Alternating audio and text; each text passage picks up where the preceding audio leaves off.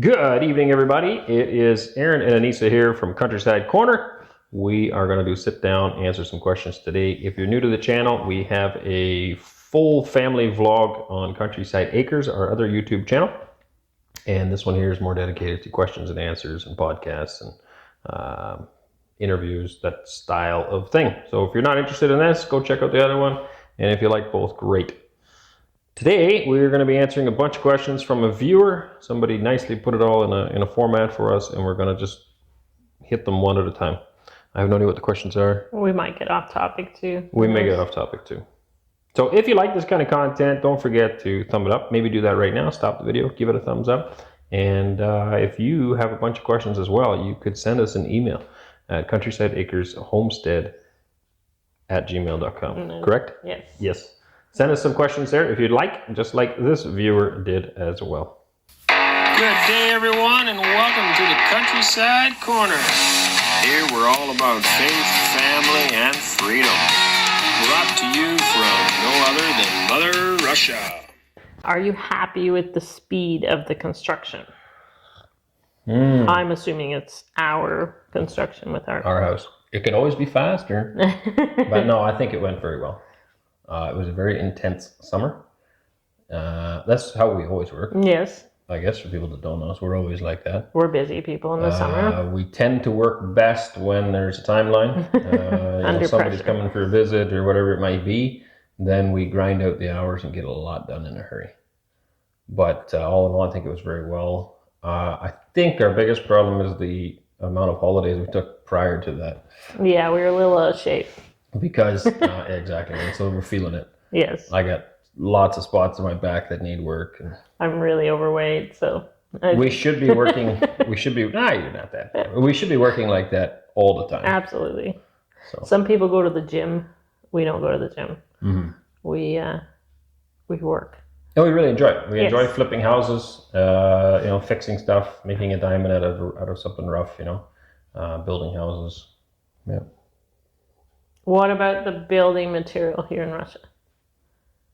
Are you happy with it? 100%. Yeah? The stuff we have. I've seen what other guys have. Yes. Over here, we have very good quality stuff. Right. But why didn't we build with concrete? Never done it. Well, I shouldn't say that. I've done ICF homes before. Styrofoam blocks and concrete, as we did for the basement. Mm-hmm. We found a supplier for that. Slightly different than what we're used to, but more or less. Cinder blocks. You've done them before in some. Not for years. Right, it's quite dated in Canada. Yeah, it barely ever happens anymore. Yeah, quite dated. I would say the 90s. It was maybe going. Still guys doing it, but yeah, but it is quite dated material. We have more sophisticated poured concrete, but yeah, everything's framed in Canada, and I mean they got good quality frame stuff here. The hardest part was not being able to find kind of the stuff that goes along with it, right? Like electrical and things like that. So. But the longer we're here, the more sources and people and connections we find. So that's something that we're not used to, is the electrical here. Yep. It's quite different. So we weren't very confident doing that. No. Definitely not. Why is it different? What's different about it? Well, voltage is different, obviously. But we have 120 for most of our stuff, 120 volt power, and 240 volt only for clothes dryers. Is it 240 for clothes dryers? Water heaters, 240. Yeah. Okay. Well, we call it's kind of silly. We call it 220 and 240. Okay. It is 240 power. The 240 will come into your house and then split up basically. Basically, it's two lines of 120. Okay. Whereas here, I'm not exactly sure how it works, but I've heard as high as 360 maybe. I don't know. It depends on what you're using it for. If I look in the breaker box, it's a mess in there. Like, I don't understand. Well, it's not really a mess. It's very nicely done. An organized mess. Yes, it's very nicely done. I don't want people to think you weren't happy. It's very nice. No, it's very good. But it's an organized mess. Like, I look in the panel, I'm like, I don't even want to stick my fingers in there. Mm-hmm. Where ours is very simple. You have two lines coming in of 120 volt, and they run through your panel. And the back plate, that's not really saying it right, where the breakers clip onto is where the voltage is. And it just alternates. So I just think of the mine that it took to put that in Russia here all together. It's just so organized and so for really ours, now that I've been here for a while, yes, for Canada we always do the wire. and I know exactly what wire to use. I mean, it's very simple. I can go there and get this wire and go do it.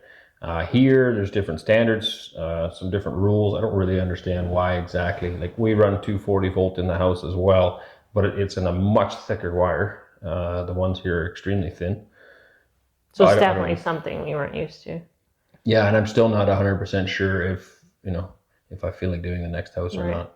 Cost-wise, I would rather do it ourselves because it always absolutely. It's more efficient, more financially smart to do as much as possible ourselves.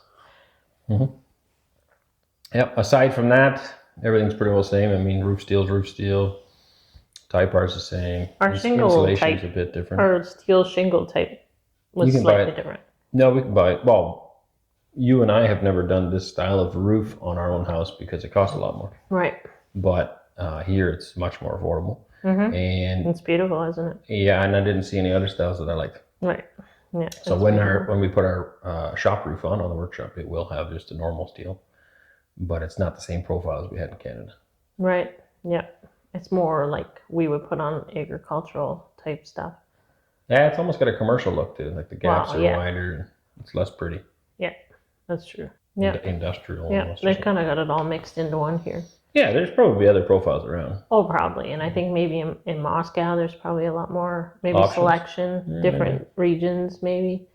Do you keep your connections with relatives, and what do they think of your move here? I would think, and I know you would agree with me, but this has been happening in stages for us because when we first got married, we had no money. We couldn't get ahead. I mean, I worked a lot of hours and getting nowhere. And we already moved at that point. We left our childhood homes, areas, sphere of influence, moved across Canada for better employment and a new life. We were much more adventurous, I guess. Prior to that, not so much. No, we weren't. I hadn't gone anywhere. I guess desperation in our situation of our life at the time probably caused us to be able to get out on our own. Yep. Like we had severe financial difficulties when we first got together. The farm that I had when you and I met, we lost that farm. Mm-hmm. And so then, I mean, we wanted to farm, but there's no way we could do it where we were. So we already sold off a lot of our stuff then. Oh, we didn't own a lot, but more or less fit in a small trailer behind a pickup truck kind of thing. And we went across Canada, started a new job, came with a house. Pay was pretty good. I could work as many hours as I wanted. So that gave us a whole different, what do you want to call it?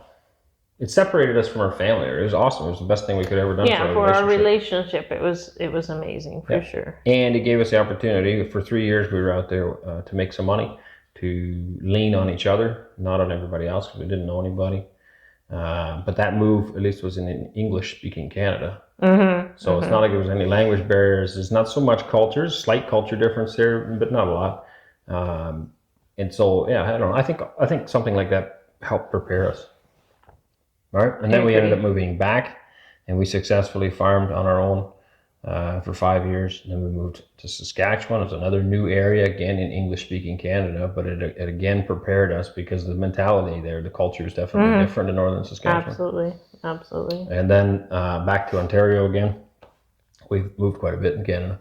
Mm-hmm. And then from there here. So I think we were self-sufficient. Away from our family. Yeah, away from our family, I think. That's correct.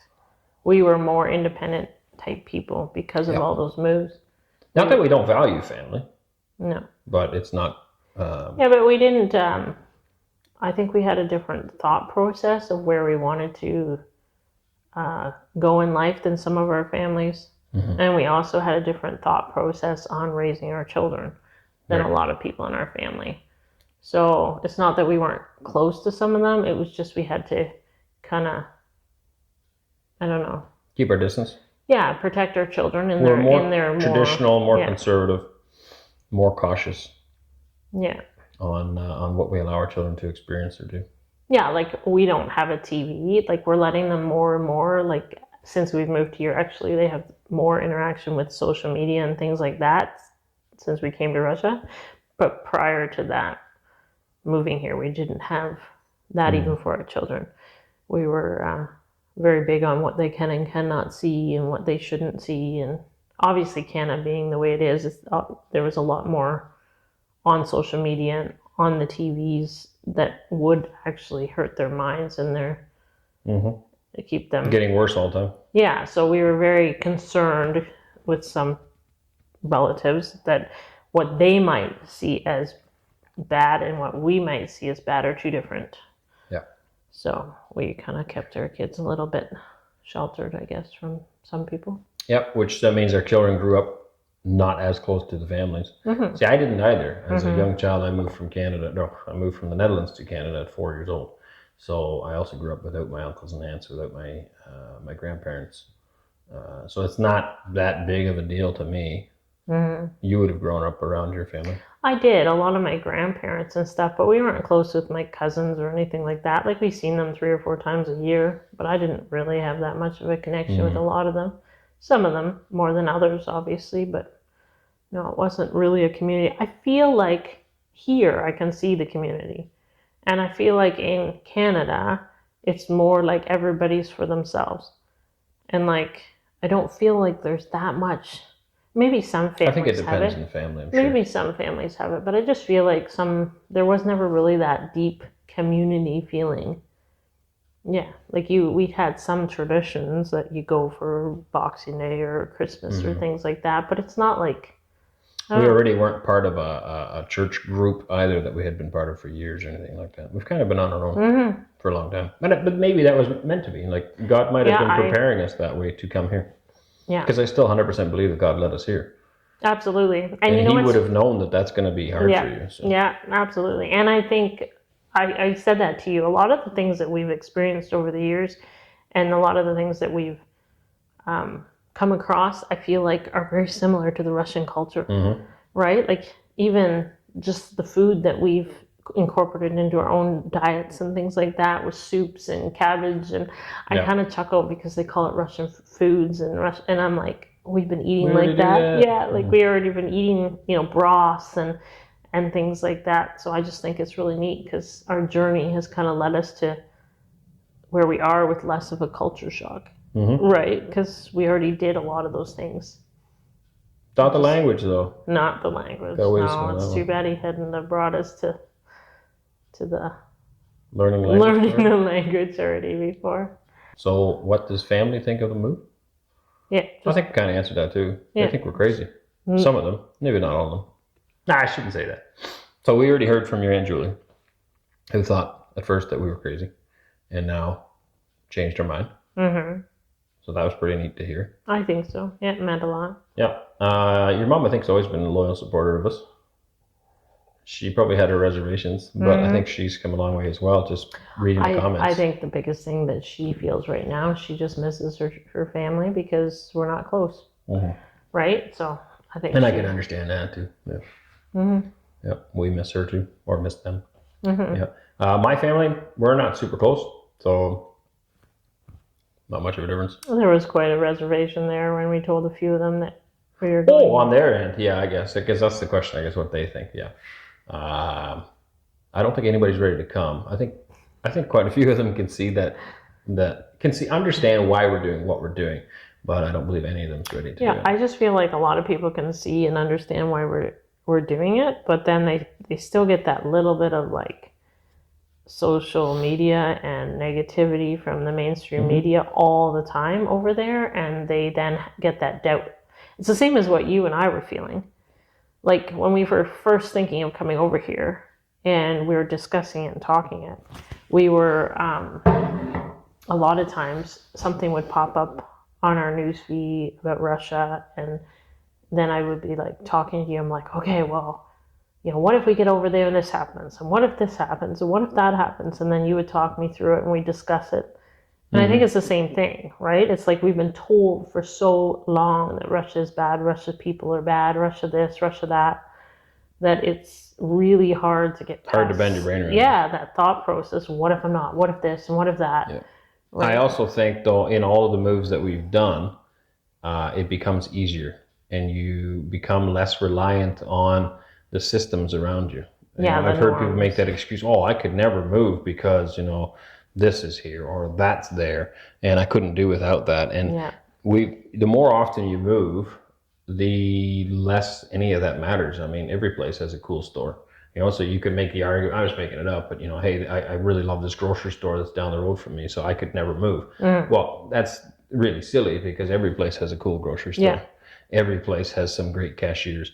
Every place has a great school opportunity. Yep. You know, every place has got good parts. I'm sure there's negative to things too. There's right? pros and cons everywhere. Yeah. But I'm just saying that for us, having done it so many times, I don't even think about half that stuff anymore. People are like, oh, aren't you worried about this? Nah, because I've learned that everywhere I've gone, I've made new friends. Even most, you know, everything works again. Yeah, I don't mean to interrupt, but even most of our moves, I always think after we pack everything up and we moved, I would say, man, we have a lot of stuff.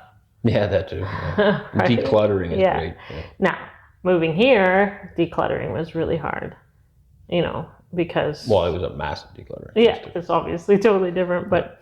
But that's why I think most of them could never wrap their heads around what we've done, is because they've never been able to get out of their comfort zone as it is.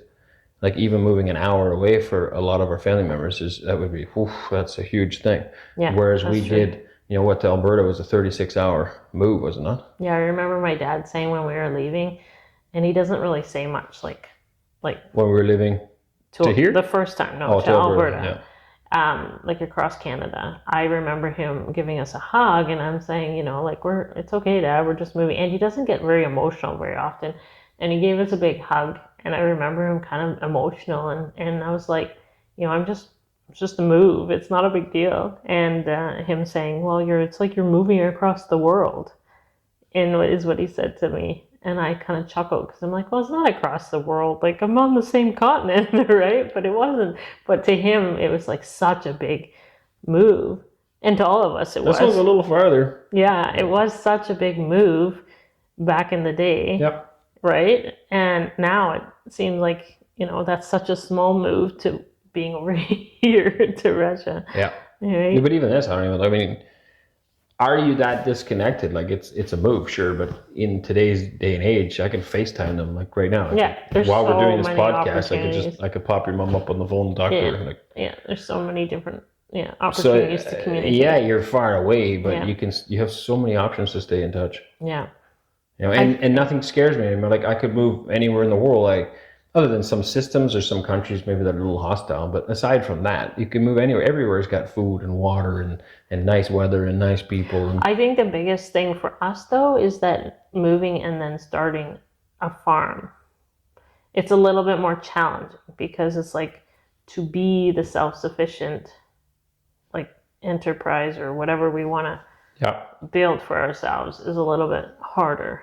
Only because we don't know all the ins and outs. And the language. Yeah. Obviously the language. But I mean, look how far we've gone.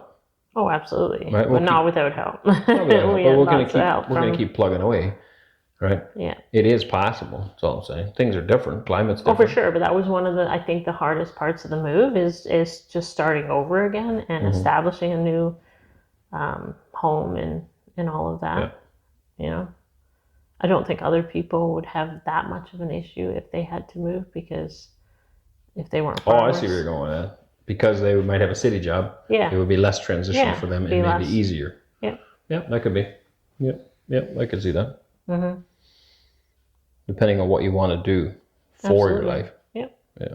Like if you were from a city and you just moved to another city, it's not a big deal.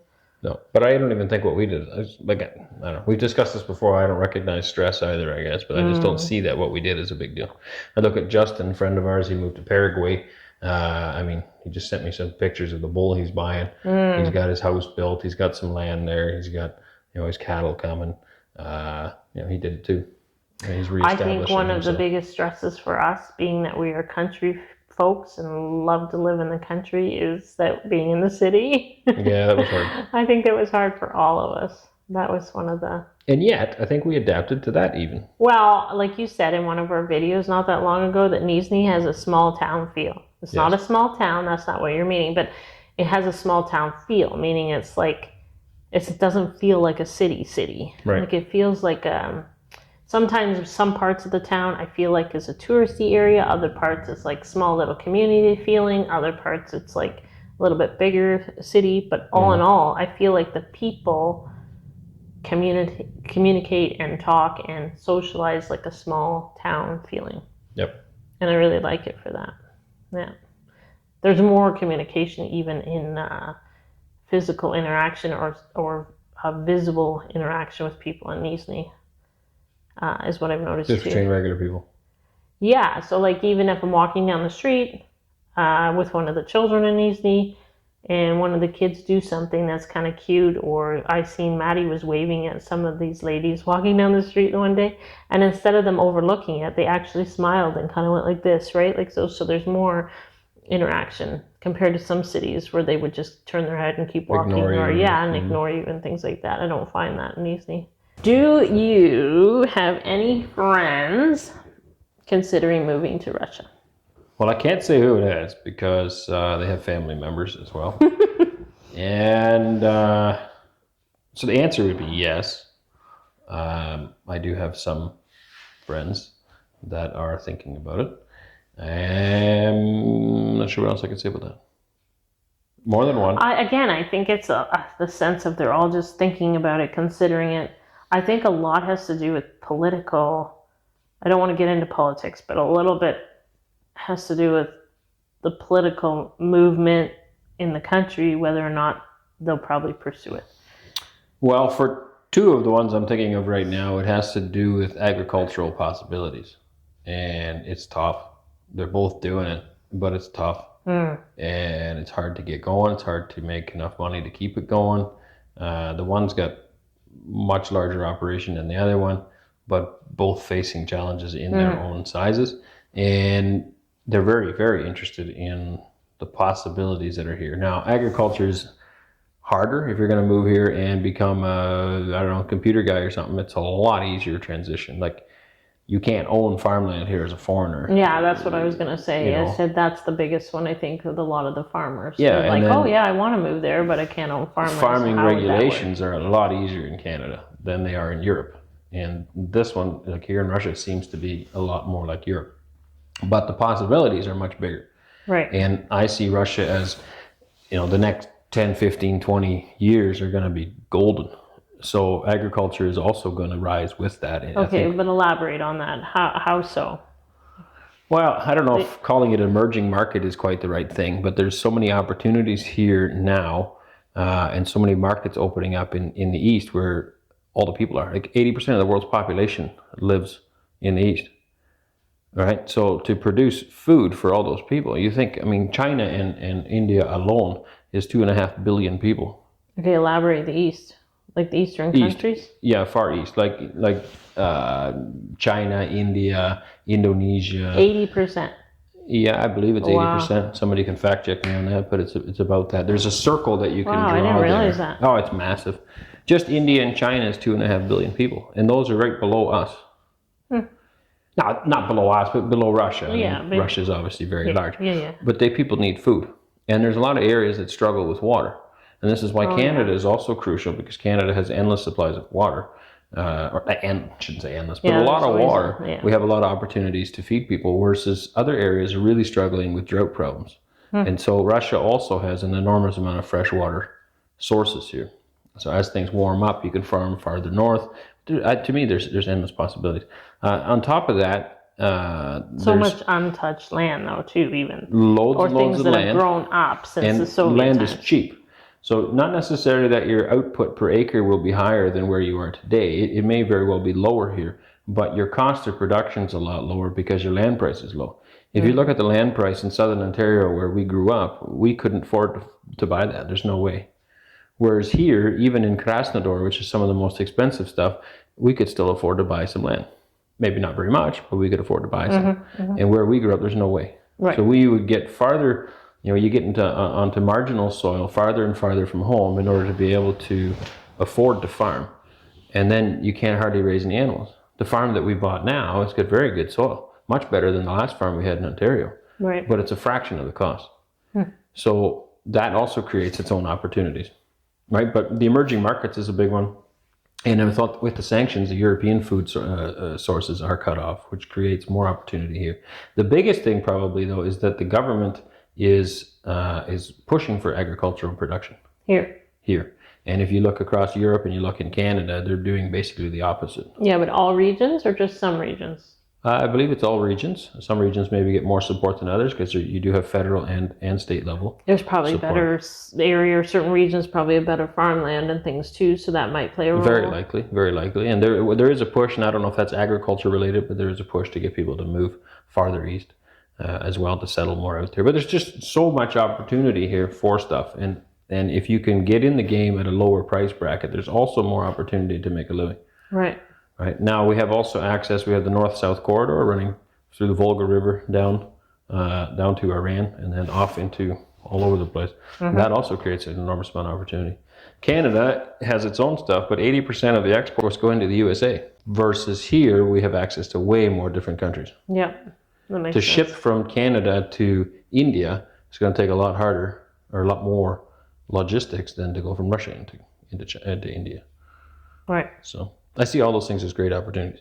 But it's not easy yet. A foreigner can't buy land, right? It's really hard to figure out, okay, what rule applies for what. It's hard for us to get a straight answer on how to go about it. There's a little bit of confusion there for sure. A lot, yeah. I was trying to be nice, but yeah, a little bit of confusion. We're still trying to iron that out and figure it out. Now, we have, we have connections. We have people that are able to help us figure these answers out. And once we figure them out, it will be getting that much easier for the next for ones. others, for sure. Yeah. I feel like here farming as an industry, it's more of like an industry as opposed to like what we would be used to in Canada or United States. You have two different types of farming. You have big industrial farms and you have smaller farms, like family farms, we would call them. And I feel like here they don't have any family farms. I know some people in the comments said that that's not true. We got lots. You have no idea what you're talking about, but maybe not compared to what we would be used to in the West or in Canada and the United States. We would have a handful of big guys with lots of land, but vast majority of people are under 1,000 acres. Yeah, so in the last maybe 10 to 15 years, a lot of the farms went from like 100 to 200 acres, which would be what? 200 acres is 80 hectares. Oh, yeah, sorry. So in the last 10 to 15 years, I would say about the average farm used to be about 80 hectares. Yeah, well, your dad's got 100 acres, which is 40 hectares. But now it's getting to the point that there is less and less of those small ones. Like you're going to have acreages where we would call them acreages where they would be like 15 acres to 20 acres. And it's getting less of the 100 to 200 acres, and it would be more thousands of acre farms. Which is not normal from what we would have had. I think if you look up the average, it would still be under 400 for most people. Okay.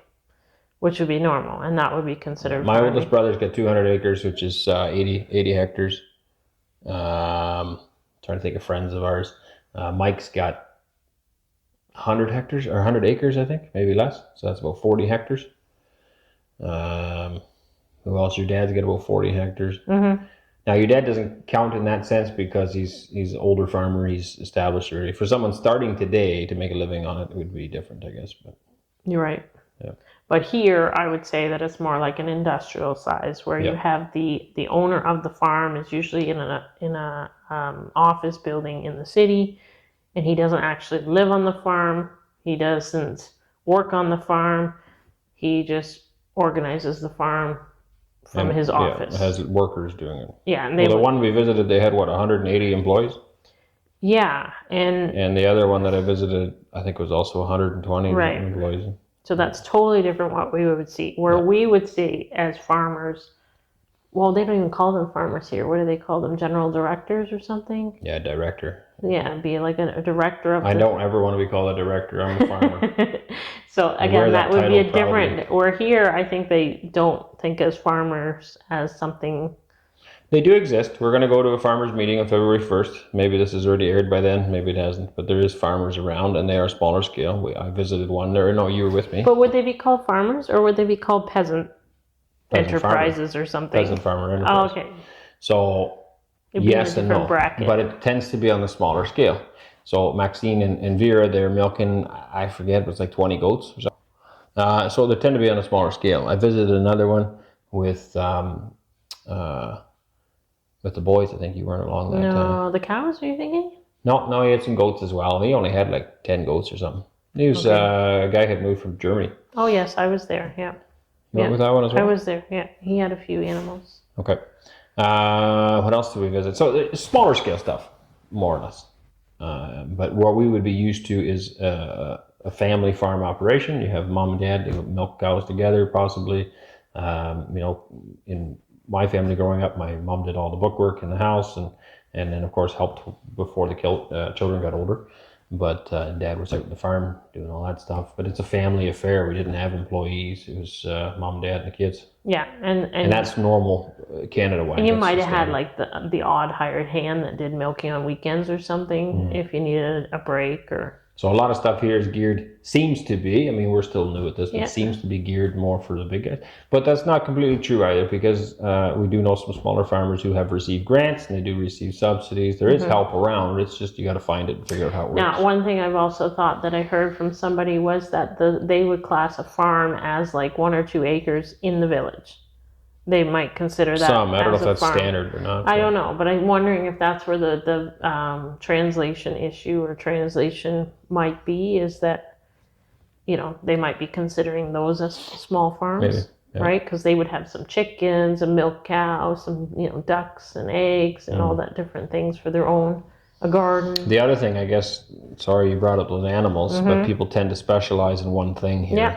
Versus a lot of our family farms, although we're heading that way in Canada, traditionally most family farms would have had a variety of stuff. Even if it's just for their own consumption. Yes. Right. Like your dad keeps a pig around just for freezer meat, as well as his cows, and he's also got some chickens for eggs and things like that, right? So. Yeah. What was true and what was not in your fears and worries because of the move? It's a good one. Okay, this is way out there, but I know I have watched a lot of movies, and people do get abducted and go missing, and a small part of me was worried about that. That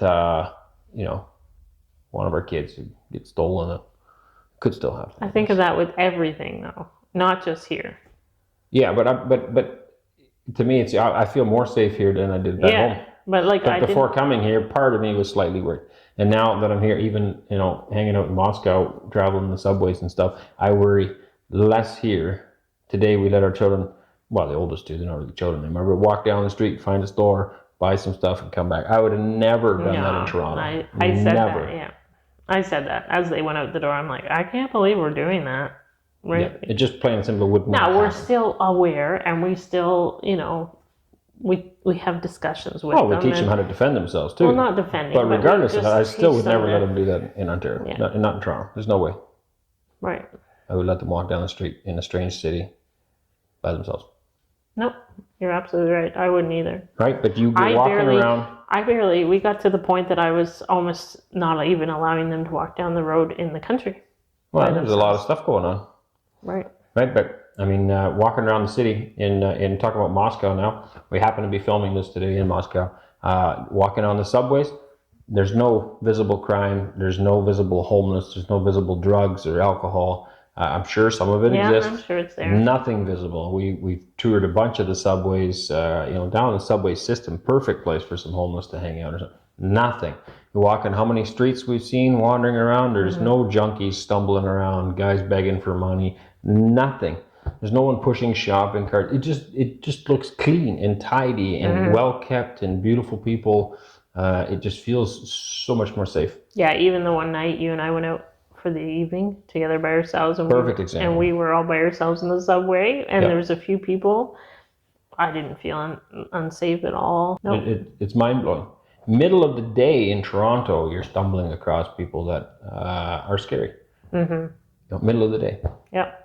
Absolutely. Not everywhere in Toronto, but No. I know where the Dutch embassy is. I've been down there multiple times, and there's a lot of scary people that make me hold on to my wallet, and I don't want to take my kids down there. But not even just Toronto anymore. Like when we were kids, it was all in Toronto. Well, the reason I'm just comparing, Moscow's like 13 million, Toronto area is like 7 million. So I mean, Toronto should be less scary, and technically it's half the size. And yet, I don't like it one bit. Yeah. The whole thing's dirty and dungy and gross. Yeah. And crime, and that's just Toronto, and like you said, other cities too. I feel like most cities, or most even small towns, like the one town I would have grown up, 25 to 30,000 people, it's awful. Like it was not the best when I was a kid, but it's just like I wouldn't even walk down there now. So much. We could do a whole different podcast just on that. on that. It's just awful. So all in all, I don't know that I had that many bad ideas on Russia, really. We did a lot of research before coming. Yeah, I think it's just the normal propaganda, movies, things like that, that in your back of your mind, you're like, oh, really? They're like that? And then, yeah, those thoughts kind of go away. Like, I don't know. It's hard to explain. Like, all the little comments that are in the movies while we were growing up as kids. Yeah. And that little negative innuendos. Yeah, that and just a different country. I think I was just more worried that people would be miserable all the time. And now, I think it said, did you dispel any of that? So, like, do you feel better about it now, or are you still worried? Or? I still laugh because I contacted Evelyn Hare from It's Rebel Life now. They were Siberian Freedom. Is that what they were? Yeah, living in Altai. Yeah, in Altai. I contacted her via text message right before we came here, and I asked her, I'm like, heard that, Russians they never smile, and, like, is it going to be really hard? Because I know, like, when we lived in one place before, it was like a French community and an English community were really close together, and we were always shopping at the French grocery store. And I remember every time I left that store, I just felt miserable. It's not that they did anything, but nobody talked to me, nobody looked at me, nobody communicated with me. Time out. I like that grocery store. There's a bunch of old ladies there that liked me and tried to teach me French, and we got along great. Yes, but with me, it was really hard because it was hard to communicate. They didn't go out of their way to socialize with me. Once they got to know us a little bit more, it was a little bit easier, but if that one lady wasn't there, it was a little more difficult. So I remember just leaving every time I shopped in that town. I kind of felt I don't know, just miserable, grumpy, because it was like you go out and you're expected to, feel better about your day because you communicate with people, and that's just how we as humans are. Anyway, so when the grocery store closed, I had to go to the other grocery store in the English community instead, and I felt so much better. And I was like, wow, why didn't I shop there earlier, right? So when I was moving here, that was one of my concerns, is that they were going to be kind of like that. They were going to be grumpy, and you go to the store and they're not going to interact with you. And it's so lonely as it is moving to a community that isn't part of your language and all that stuff. And I knew that, right? So from that experience, so I was just worried. So I contacted Evelyn. I asked her this, and she just said, Anneesa, just smile anyway, and just be yourself. It'll be okay. And I was like, okay. So then when we went to the first grocery store, and they were so nice and they were so kind once they realized we didn't speak the language, and that they just kept looking at us and asking us, why are you here? Like, why did you come here? Anyway, but I just think it's... Where are you from? Yeah. Why are you here? I just thought it was so silly that I even had that thought, because it's like, that's in my brain, that's one of the stereotypes that we had read a lot online, was that Russians don't smile, they don't interact. Bunch of miserable buggers, eh? Yeah, but it's not like I think I noticed that more here in Moscow. Actually, they kind of keep to themselves more so. Like on the subway, nobody looks at each other, nobody talks to each other, nobody really communicates. Oh, that's true. Where in Nizhny, again, that small town feel, I don't feel that way. Might depend on where you are in Nizhny. We've never rode the subway in Nizhny yet. Now, having said that, last night when we were like packed into the subway like sardines, and all my people were scattered, there was a really nice group of people around us, and the one lady was nice enough to tell Cora that we had to get out the other side of the subway, and the one gentleman was kind of chuckling at the baby, because I was like, she was squished in, and he was kind of chuckling, and then he gave us a little more space so she had some room. And then somebody else was, I said, where's Waylon? And he said, and then somebody pointed, he's right there, right? So they were kind of helping me. How many times do you think they see a family with 8 kids climb on the subway? I don't know. Probably never. I think it was, kind of a shock. They probably never see that. How many families do you think have that many kids? Well, and it was nice too, because when I said the one gentleman was going to try to barge out, and I could see that. And again, being able to communicate without knowing the language is like, it's kind of neat. Barge out to give you room, or what? No, he was going to cut in front of me and all the kids, and I was trying to gather all the chicks to get out of the subway, and you were down with Eli, but I was trying to gather them all to get out of the door, because I knew the next stop was ours, and he was going to cut in front, and I just kind of went like this to him, and I went, and he went okay, and he stepped back, and because we had the stroller there, and it was like, then he knew that like we're all getting that's off. nice of him. And then he stepped back, so it was like I didn't have to speak, but it was like he knew. And then when we got to the point, all of them stopped. They all let us one by one file out, and then waited until I grabbed the stroller, got onto the platform with the baby, and then they all filed out. But yeah, it's very limited time. You got to get in and out. Yeah, I feel very rushed getting in and out. Oh, it's so stressful. Especially when you like, there's hardly enough room. Yeah. Right, like the one we rode, we just got in there, the doors right behind the back, and you're crammed up against each other. Doors. Yeah, that was the biggest stress. Was in the rush hour. Like we came home the other night and with all the kids, and it was like around 2:33, and we started heading back, and it was not packed, and I was so grateful because that was our first experience on the subway with our kids, and it wasn't. Yeah, it was a nice time of day. Story short, we didn't really have any bad thoughts before coming. Maybe a handful, but not really bad, and not really any major fears. And I would think that everything's actually been better than we expected. I wonder if Russians have any stereotypes about Canadians. Maybe. That they think of Canadians. That'd be interesting to see. Have to interview some Russians. Yeah. Put them in the comments. What do you think about Russian groceries, prices, and groceries in general? Compared to the United States and Canada and here? Well, we'll start with Canada and the United States. I noticed that we pay a lot more in Canada than we paid in the States. We traveled in the States for 3 months prior to leaving. And other than California. California was ridiculously expensive. But a lot of the states, like initially coming right across the border, we drove into Michigan, and it was much cheaper than Canada. So if you're in the States, you should be happy about that.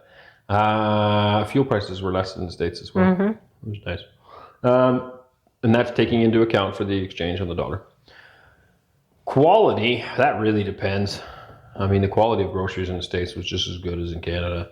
And depending on the time of year, like when we got to California, the peaches were ripe on the trees. It was just glorious. I mean, just, the best peach I've ever eaten in my life. So, yeah, can't really complain. It really depends on where you shop in Canada, too. Yeah, small stores are a little more expensive than the big box stores. But all in all, I mean, it's food's food. I think that we have a lot more problem. Like you have celiacs, so you have a lot more problem with gluten there than here. You actually eat considerable amount of bread and have less problems. And in the States, it's just as bad as in Canada. So that's a different type of wheat that we grow. The ones over here are much better. Also, different laws as far as spraying the crops. That makes a big difference as well. So there's a lot more chemicals, a lot more GMOs, those types of things in the West that are not here. All in all, I would say, well, you're the grocery lady, but in my opinion, the selection of fruits here is much better. They don't have as many varieties of fruit, but the fruit that they do have is definitely You think? I think they got more nicer varieties. looking. Interesting. No, they don't have like, I don't know, maybe some stores they would. What do we have in Canada that they don't have here? Not many. It depends on the time of year, I guess. Like somebody once showed me that was, who was it? Somebody showed me a picture just recently.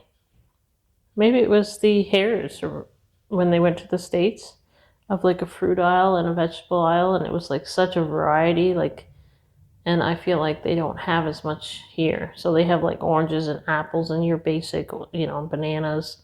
But they don't have like, they might have avocados, but not in excess. And Okay, well, I don't find that at all. Maybe it depends on which store, but... Yeah, like they don't have like, they have melons, but they don't have the varieties of melons that we would have. Like That could be, but we might have some genetically modified ones. Right, but that's what I'm thinking. But thinking. even kiwis, they got lots of those. Persimmons, I don't recall ever seeing a persimmon in Canadian grocery store. They're here in abundance. I've seen pineapples, it depends. I've seen melons. But like, I think vegetables maybe is also, right? They've got peppers and they've got I think things are more in cucumbers. season here as well. Like there's no watermelons right now. I would love to have a watermelon right now. And I'm pretty sure we can buy watermelons all year round in Canada. And right now I haven't seen a watermelon in a grocery store for at least a month, probably longer. Right. Yeah. We should look for With watermelon vegetables, and salads, I find they don't have very many. So like we would have like an option for kale, and we would have My brain's still stuck on watermelon. We should go get one. yeah. We would have Kale's more a vegetable? No. Yes? Yeah? like a salad. Oh, those Like stuff. more spinaches, more kales, more salad variety. Oh, yeah. Their vegetable aisle here is not very good. We wouldn't have that, or they don't have that here. No. I find they stick to tomatoes, cucumbers, peppers. Like it's basically that's yeah, their, beets, carrots. like fresh. I'm talking fresh. Oh, I'm not frozen. Yeah, I'm talking okay. fresh. So we have a bigger I would agree with you on that one. I think we have a much bigger selection of vegetables. Right. Frozen One and fresh. thing I appreciate here is you do get blemished, like carrots and potatoes. You can buy them with the dirt still on. I love that because you know that it's Yeah, you don't grown see that in Canada. in dirt. I People love wouldn't it. buy it. No, but I love that here. To me, that shows me it's real dirt. Yep. It's grown in the dirt. It's real food. It's not gonna. And if you're cheap, just think of all that good quality dirt you're bringing home. Sure. Yeah. Feed the I don't know how worms. much benefit there is in that, but it is good dirt. Yeah. Yeah. So there's probably a mix of both. Mm-hmm. Price-wise, way cheaper. The Relative to yeah. income. Yeah. Relative to income, but it is Prices a lot are cheaper. going up here, though. I heard. Yeah, but they've gone up a lot in Canada too. Yes, nothing like Canada. Recently, I was just looking at tractors, not related to fruits and vegetables. I'm literally looking at tractor prices today, and I just can't believe how expensive stuff is. And I got looking, overseas. Oh man, it's crazy. Yeah. So everything's gone up, and it's not. No, it's saying it wrong again. Everything didn't go up. The dollar is valued way less than it used to be, and so it takes more dollars to buy the same product.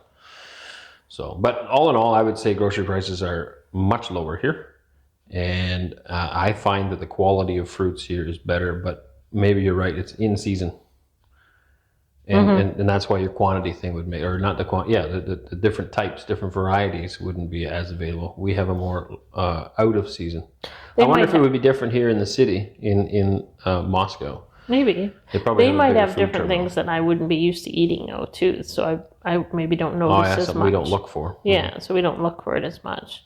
Yeah, there's that Right, one like they nasty have- thing I'm picturing right now. I don't know what it's called, but it looks gross. Some kind of I don't think it's grapefruit. It's very unappealing looking. Yeah, it's like a star fruit. Yes. Star fruit, maybe? I'm not sure. It just doesn't look appetizing at all. No, and I think we tried it and it was gross. I think we tried it once. It has like this weird. We're pretty boring that way. We stick to the apples, we like bananas, it. We just oranges. don't change it. Yeah. Yeah, that's true. And they have like this other cabbage thing. It's like a Chinese cabbage or something. Oh yeah, that's not bad. What's that called again? Yeah, but Bok choy? Yeah, No, but I bok just choy? don't think to grab it. Right, it's not something that we're used to. Yeah, it's not something that I would buy a cabbage. I actually prefer red cabbage over green cabbage, and I find that there's not as many red cabbage. Green's much more popular here. It definitely is, but I really like the red cabbage more. I could do more things with it. All right, I don't want to stay too long on this one. Right? Good luck when she says that. Yeah. Do you believe that something may improve in Canada with the new government? Well, we don't have a new government in Canada. Yeah, but the change, right? He stepped down. There's a very good chance, unless they steal the election. I don't necessarily always believe that the elections are run fairly in the West. I think there's a lot of interference and the illusion of choice. But if things go the way they should, then there's a very, very good chance that Canada will have a conservative government by the end of this year. Maybe earlier, possibly as early as the summer, if an election gets called. I do think that would make a difference, not long-term per se. I think the path Canada's on won't change. I think it'll just slow it down. I think it will be better for a while. Define the conservative government. Well, liberal tends to be more progressive and heading in a woke, non-Christian way, very fast. The conservative government is also headed in that direction, but much slower. It tends to be holding on.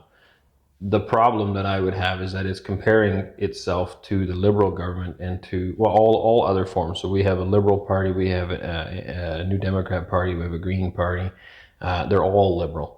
And so the Conservative Party is comparing itself to those parties saying, hey, I'm in better shape than they are. We're more conservative. because it's holding onto the brakes more. But all 4 of them are heading in a bad direction. Just 3 of them are going very fast and one's going slowly. Right. And I would say that the conservative government is probably where the liberals were in the 90s. Probably. 80s and 90s. Yep. Yeah. Yeah, and I would agree with that. And so most conservative people they always say, well, it could be worse. We could be like those guys. And this is the same problem that we've mentioned this with Christians as well. They're comparing to other Christianity groups rather than comparing back to the Bible. That's your measuring tape. What does the Bible have to say about it? And I would say the same thing as far as government's concerned. They should be looking at biblical viewpoints on certain subjects and saying, hey, what does the Bible have to say about this? And not what is the other party doing? And then I think we would have good government. So I think of it from parenting. When you tell one child that they did wrong, and they say to you, "Why? I didn't," or "So and so did it." Like, I didn't do it first. So and so did it first. And I think it's very similar to the government in Canada right now. It's like they think they're better, and their behavior is justified, right? Because, well, I'm not as bad as them. Right, like, or so and so did it first, so it's like it wasn't the my current fault. Government, though. You have to be a really unintelligent individual to think that anything good has happened. The Canada isn't. It's so. There is it's still, in shambles. Sadly, there is still people. There are people that think that the government did wonders for the country and do not realize that they literally bankrupt the country. And those are people in a very narrow scope of vision that they're not seeing the reality of the majority of Canadians, the life that the majority currently live, and how much it's changed. Interesting enough, though, let's think of this for a minute. When we lived in Canada, and we would, all those shorts that we had on our feeds and stuff, when you look at something, like say you researched a topic, and then all of a sudden, like your feed on Facebook or your feed on your Telegram or anything would all of a sudden start popping up the same topics that you're researching, right? It's the same thing for those people. So if they're only like researching liberal things, they're only going to be stuck to that narrow-minded thinking. Call that an echo chamber. You're basically so they don't hear anything else. So it's reinforcing your own viewpoints. So they don't see anything else. They don't find. I've always thought it was important to read both sides. I try to read the enemies and mine. Yeah, and I feel like there's more variety here, more so. Like, I do find that sometimes you research something and something will come on your feed as well, but it's not as much as it was in Canada. It was almost sickening how often, like, we'd be having even a conversation and then things would pop on our feeds, and how bad. And I don't really research politics. Well, I do, I guess. Yeah. No, I'm just talking in general. If I look up a puppy, then all of a sudden puppies just showed up all the time in Canada. Where here, I look up a puppy or something on my Google or my Yandex, and I don't get puppies on my feed for the next 3 days. Like, it's not the same thing, I feel like. So those people would only be getting the news that they research or that they've seen or that they've communicated, and reinforcing their opinions. And it wouldn't be, there's no broad thinking. I do know you're right, because there are people that 100% believe that, the Liberal Party is doing a great thing, and I don't know how I can't get in their head. That's where I think we're also doomed, because the left and the right in the States as well, you can't even see eye to eye anymore. We can't even have a conversation, because how can you possibly believe what you believe in both ways? But I do think that the vast majority of Canadians have woken up and seen that there's something horribly wrong, and we need to try to fix it. Unfortunately, I think you're just prolonging the inevitable. Those are my viewpoints. I don't see, unless the nation turns back to God, I don't see how you're ever going to turn it around. You're going to slow it down, but even the Conservative Party, on certain principles that I believe are dear to true Christians and to the Word of God, they're not planning on making a stand. No. And so why would God support that and bless that? Turn that around to here, why is Russia being blessed? I do believe that they are making a stand on those principles. There's a lot of work to be done, sure, but they have already written legislation headed in that direction. Legislation Canada won't even touch. And even in the general public, I find they see the logic behind a lot of the things, right? Like, I feel like in Canada and the United States, they're just butting their heads against the wall. And you're telling the people, but I feel like they're like, oh yeah, I understand, and then they go with something completely different. All right, move along. Did we cover that one too? I think so. This is kind of interesting, actually, because it's all over the map. It's not dictated to any particular topic. It's, Yeah. yeah. So I if you agree. want to send us an email list of questions like this, that's perfectly fine. So we mentioned in previous early videos that it's hard to be a Christian in Canada nowadays. But if you live in rural areas, how could they bother you? Great question. I'd say that's a loaded question. It is. So it didn't directly bother us. We were free to do whatever we wanted in Canada. We had no restrictions per se on our life. The inclusivity, or whatever they call that, the multi-gendered woke nonsense was definitely around.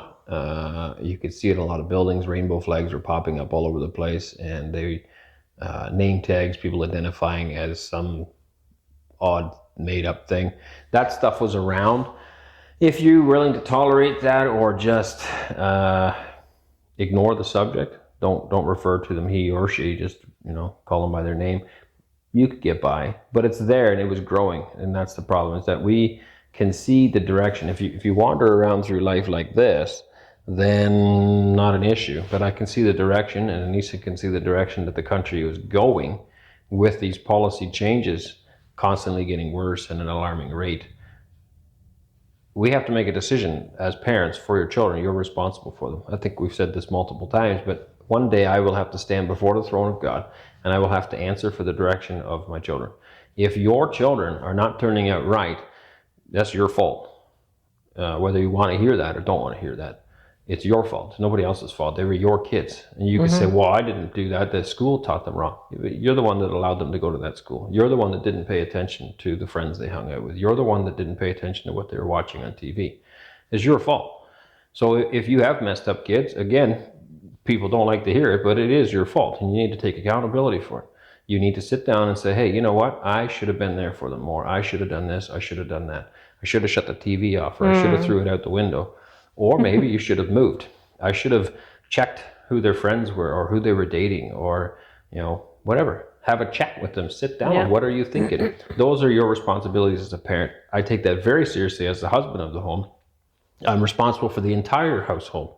And of course, Anneesa takes it seriously as well in her role as the mother of the home. With that in mind, we looked at the direction the country's going, and we didn't like it. Were we directly affected? No. It's still classed as a Christian nation, but that doesn't actually mean that it is. Are you following man, or are you following Christ? And I'm not sitting here before you today to tell you that I got it all figured out and I'm perfect. I'm just telling you that take the blinders off, and I see the direction it's going, and I don't like it, and I wanted to do something better for the children. We sat down and said, listen, this isn't going where we want it to go. And is Russia so much better of a Christian nation? That's a great question to ask, if you're going to ask the question. Probably not. It's not necessarily more Christian, but I do say it's more traditional, and therefore more Christian. Yeah, they have more moral values here. Yeah, it's not that everybody here goes to church. It's just that they're still holding on to values that I believe are dear to God.